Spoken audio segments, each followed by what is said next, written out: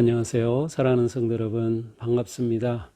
생명의 주님이 우리와 함께 하십니다. 우리와 함께 하시는 주님을 찬양합니다. 기도합시다. 하나님, 추운 날씨가 계속되고 있습니다.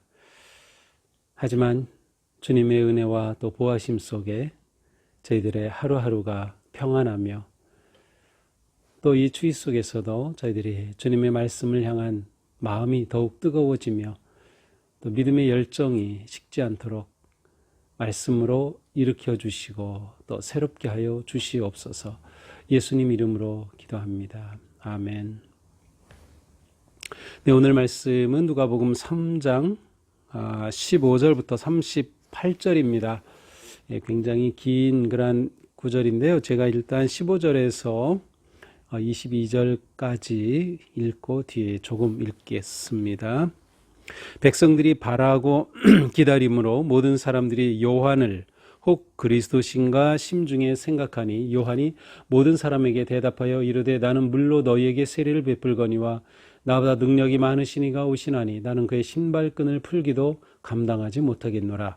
그는 성령과 불로 너희에게 세례를 베푸실 것이요 손에 키를 들고 자기 타작마당을 정하게 하사 알곡은 모아 곳간에 들이고 쭉정이는 꺼지지 않는 불에 태우시리라. 또 그 밖에 여러 가지로 권하여 백성에게 좋은 소식을 전하였으나 분봉왕 헤롯은 그의 동생의 아내 헤로디아의 일과 또 자기가 행한 모든 악한 일로 말미암아 요한에게 책망을 받고 그 위에 한 가지의 악을 더하여 요한을 옥에 가두니라. 자, 21절입니다. 백성이 다 세례를 받을새 예수도 세례를 받으시고 기도하실 때에 하늘이 열리며 성령이 비둘기 같은 형체로 그의 위에 강림하시더니 하늘로부터 소리가 나기를 너는 내 사랑하는 아들이라 내가 너를 기뻐하노라 하시니라. 23절 예수께서 가르치심을 시작하실 때에 30세쯤 되시니라. 사람들이 아는 대로 요셉의 아들이니 그 위는 헬리요 그 위는 맏다시요. 31절로 가서 그 위는 멜레나요 그 위는 멘나요 그 위는 맏다다요 그 위는 나단이요 그 위는 다윗이요 그 위는 이세요. 쭉 가서 맨 마지막 38절 그 위는 에노스요 그 위는 셋이요 그 위는 아담이요 그 위는 하나님이시니라. 아멘. 자, 이제 오늘 말씀은 이제 세례 요한의 등장 후에 사람들은 이제 세례 요한이 그리스도신가라고 생각을 하게 됩니다. 15절이죠. 백성들이 바라고 기다림으로 모든 사람들이 요한을 혹 그리스도신가 심중에 생각하니 지금 이스라엘 모든 백성들은 하나님의 오심을 하나님께서 약속하신 그리스도 메시아를 보내주셔서 이스라엘을 회복시켜 주실 또 정치적으로도 해방시켜 주실 그러한 메시아를 간절히 기다리고 있습니다.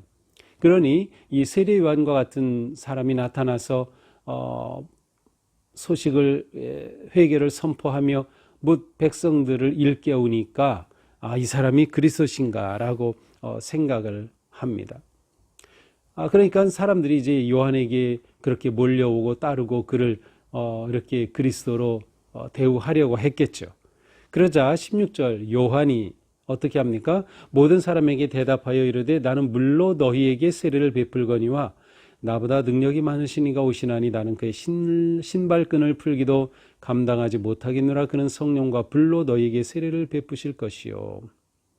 자, 그러자 그는 분명하게 말합니다. 아니다. 나보다 능력 많으시니가 오신다.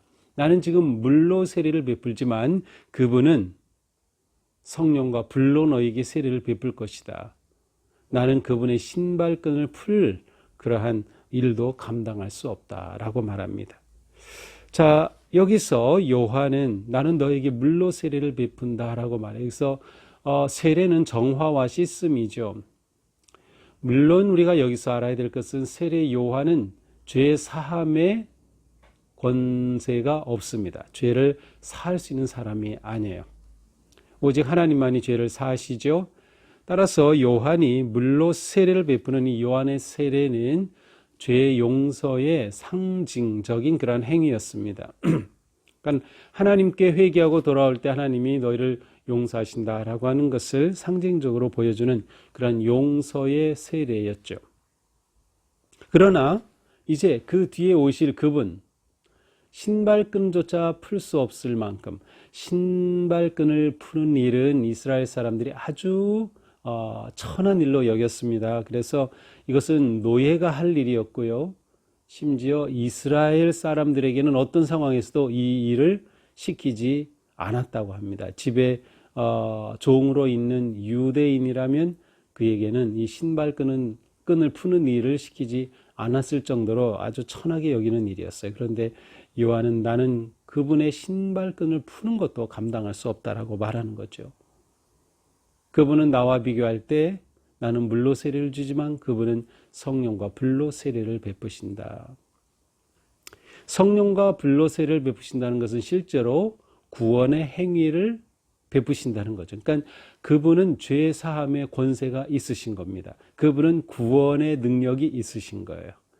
그분은 어떠한 사람이라도 구원하실 수 있는 능력의 그리스도다라고 하는 것을 말하고 있습니다.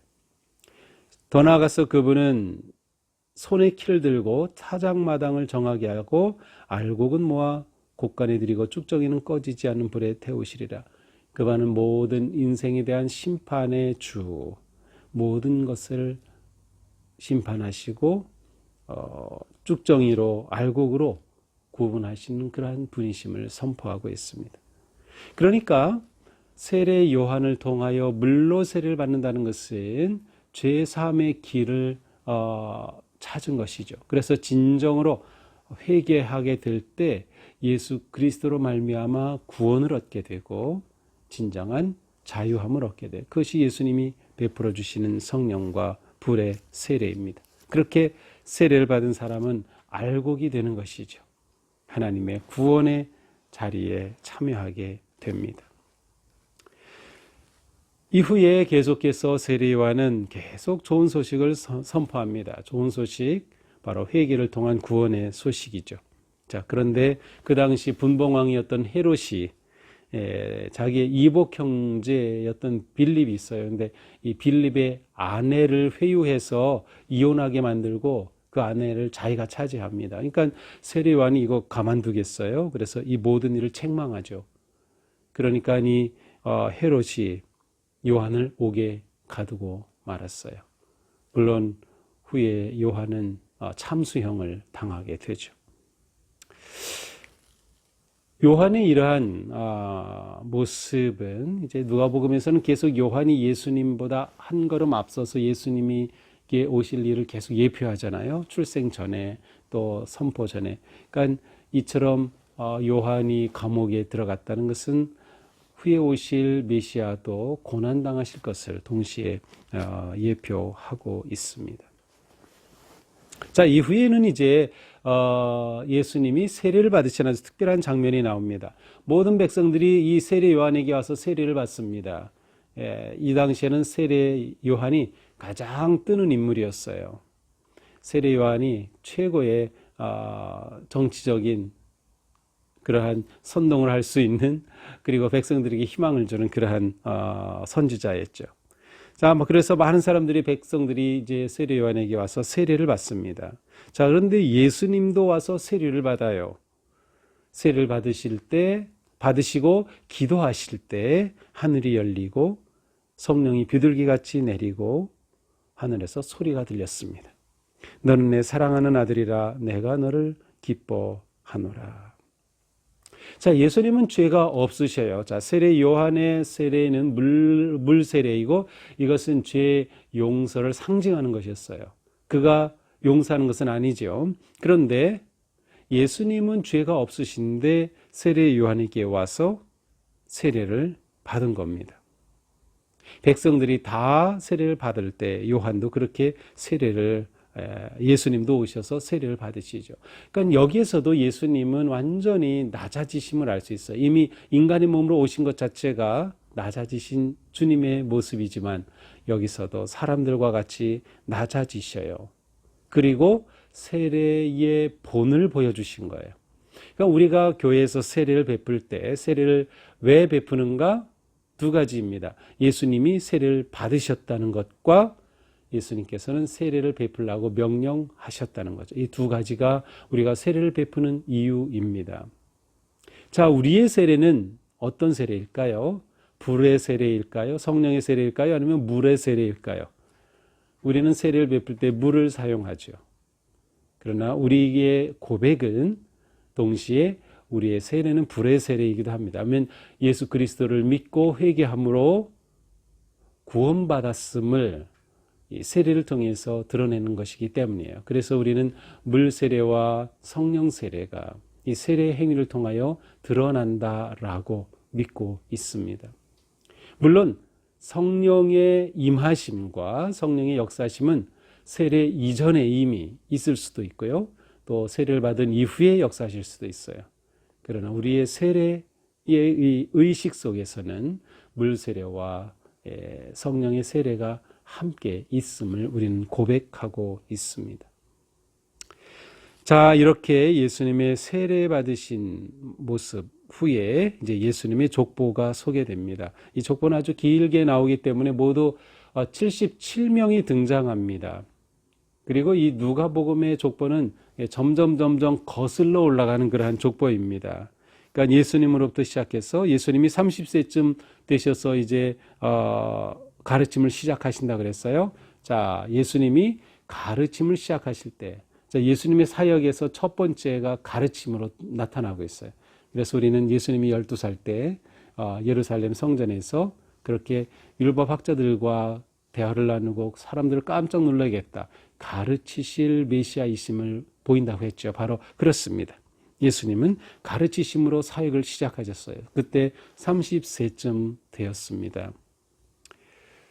그 위로부터 거슬러 올라가요. 그 위에 요셉의 아들이니, 위는 헬리, 위는 맏닷, 이렇게 올라가면서 굉장히 중요한 한 인물이 바로 다윗입니다. 왜냐하면 예수님은 다윗의 후손으로, 또 이스라엘 사람들은 다윗의 후손이 오셔서 우리를 구원하실 거라는 그러한 기대와 믿음, 구약의 예언의 말씀을 잡고 있었기 때문이죠. 그래서 마태와 누가복음에서의 이 족보를 보면 다윗, 예수님에게서 다윗 사이의 인물들이 같은 인물이 거의 없어요. 셋 빼고는 다 달라요. 그것은 무엇인가? 이 누가는 예수님이 다윗의 후손으로 오셨음을 다른 방식으로 또 표현하고 있는 것이죠. 그렇게 거슬러 올라가서 어디까지 거슬러 올라가나요? 하나님까지. 자, 왜 하나님까지 연결시킬까요? 마태복음에서는 하나님으로부터 시작되지 않아요. 그런데 누가복음에서는 하나님까지 연결을 시켜요. 그것은 바로 예수님이 누구신가를 드러내기 위한 것이죠. 자, 예수님이 세례 받으셨을 때 세 가지 사건이 일어났죠. 하늘이 열렸고 성령이 비둘기처럼 임하셨고 하늘에서 소리가 났어요. 자, 이 세 가지는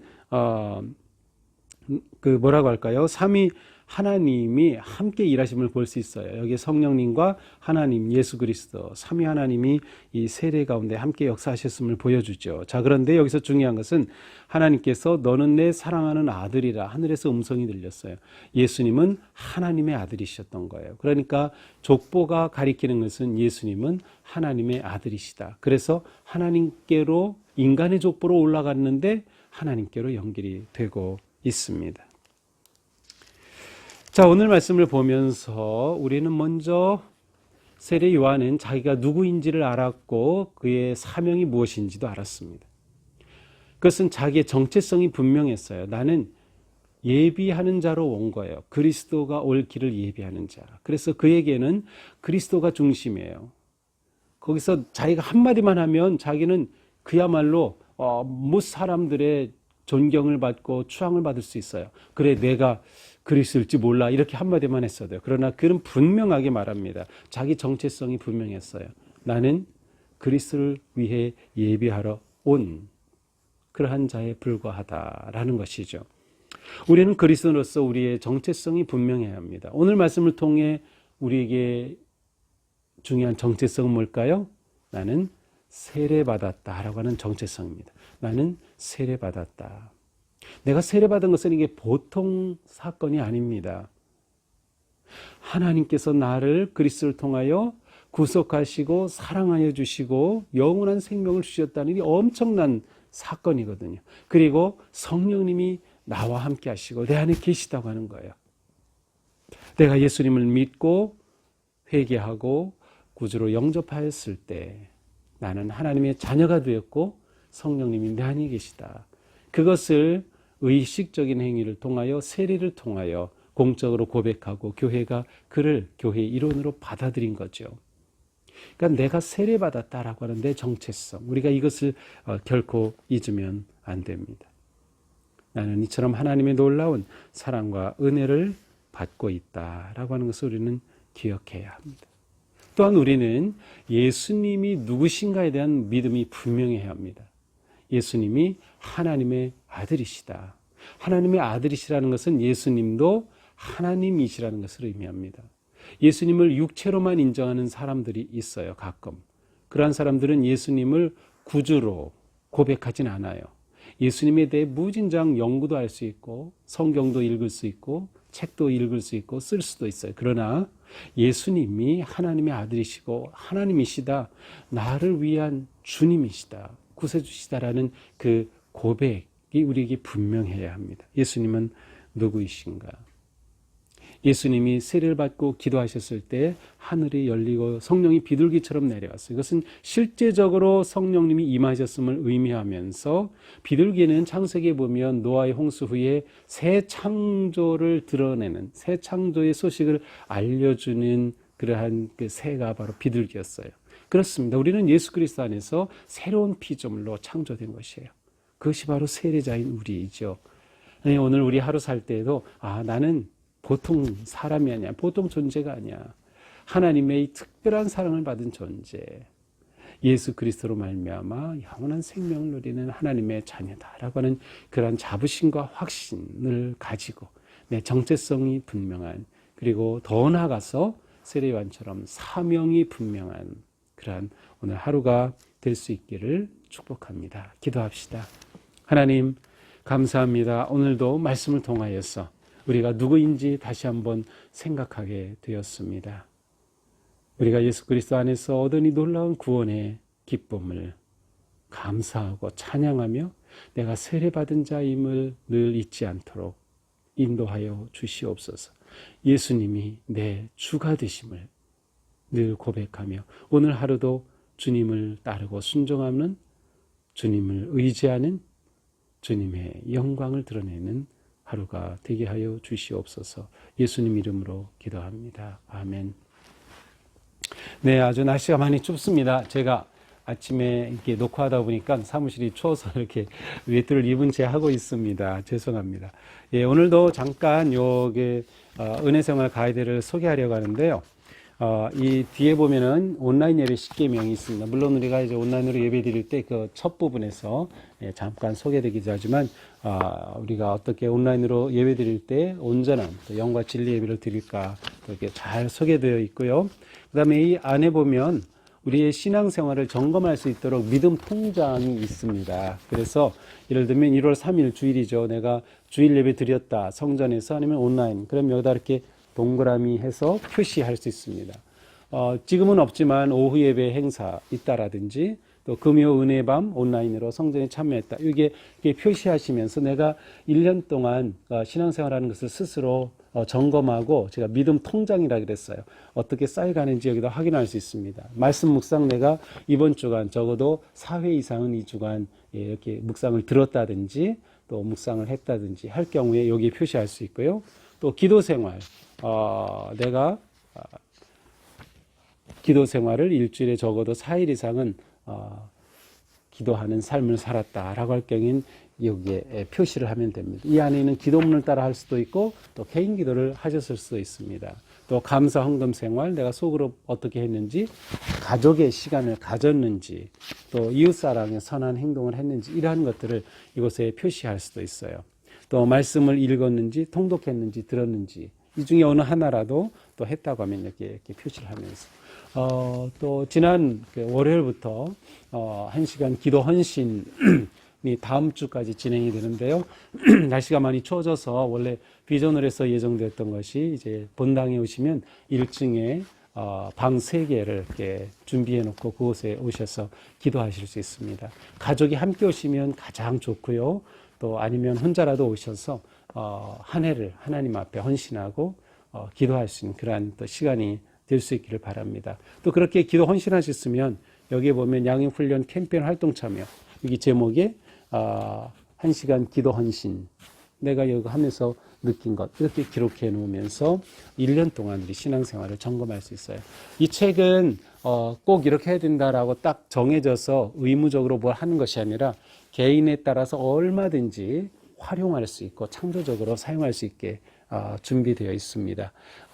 또 그 1시간 기도 오시면 또 이것을 받아가실 수 있고요. 아니면 언제라도 또 사무실이나 경비실에 오셔서 이거 또 가져가실 수 있습니다. 손에 넣으시고 또 올 한 해 영적 성장을 위한 경건 생활에 또 승리하게 되기를 바랍니다. 오늘도 복된 하루 되기를 바랍니다. 사랑합니다.